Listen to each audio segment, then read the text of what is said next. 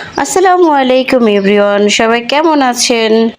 যেহেতু ঈদুল আজহা তো চলেই গেল, আর দেখা যায় সবার ঘরে এখন গোস্ত আছে।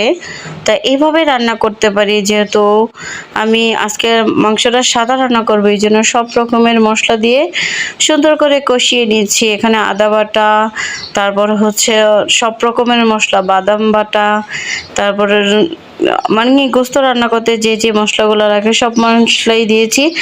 আর জাস্ট যেহেতু সাদা রানবো, এর জন্য এখানে আমি একটু বাদাম বাটা ইউজ করেছি এবং লাস্টে একটু দুধ দিয়ে দিব। তো এখন আমি মশলাটাকে সুন্দর করে কষিয়ে নিব যতক্ষণ পর্যন্ত না হয়। এই তো আমাদের কষানো শেষ। এখন গোস্তটাও আমি প্রেসার কুকারে দিয়ে দিয়েছি, দেওয়ার ফলেও রান্নাটা প্রায় হয়ে গিয়েছে।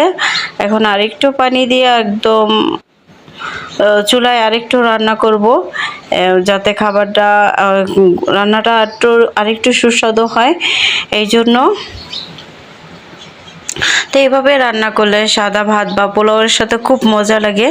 যদি আপনাদের ভালো লাগে তাহলে ট্রাই করে দেখতে পারেন এবং খুব সুস্বাদু হয়।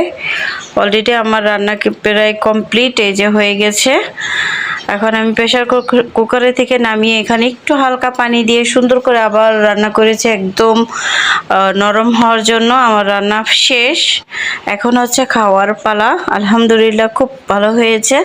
আপনারা এভাবে বাসায় ট্রাই করতে পারেন। আর এর সাথে আমি বেগুন ভাজা ভেজেছিলাম আর গোস্ত পোলাও ভাত, খেতে খুব মজা হয়েছে। সবাই ট্রাই করবেন এবং ভিডিওটা ভালো লাগলে সবাই সবার পাশে থাকবেন। ধন্যবাদ সবাইকে এতক্ষণ ধৈর্য ধরে আমার ভিডিওটা দেখার জন্য। তো আমরা সবাই যদি সাপোর্ট করি তাহলে কোনো কিছুই কিন্তু অসম্ভব নয়। ঠিক আছে?